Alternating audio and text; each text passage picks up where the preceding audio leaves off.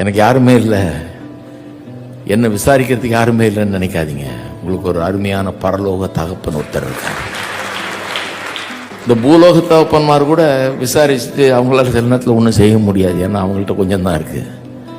இந்த பரலோக தகப்பன் எல்லாத்தையும் உடையவர். அவர் ஏராளம் தாராளமை தரக்கூடியவர், தர மனதும் உள்ளவர், இரக்கம் உள்ளவர், அன்புள்ளவர், நல்லவர்.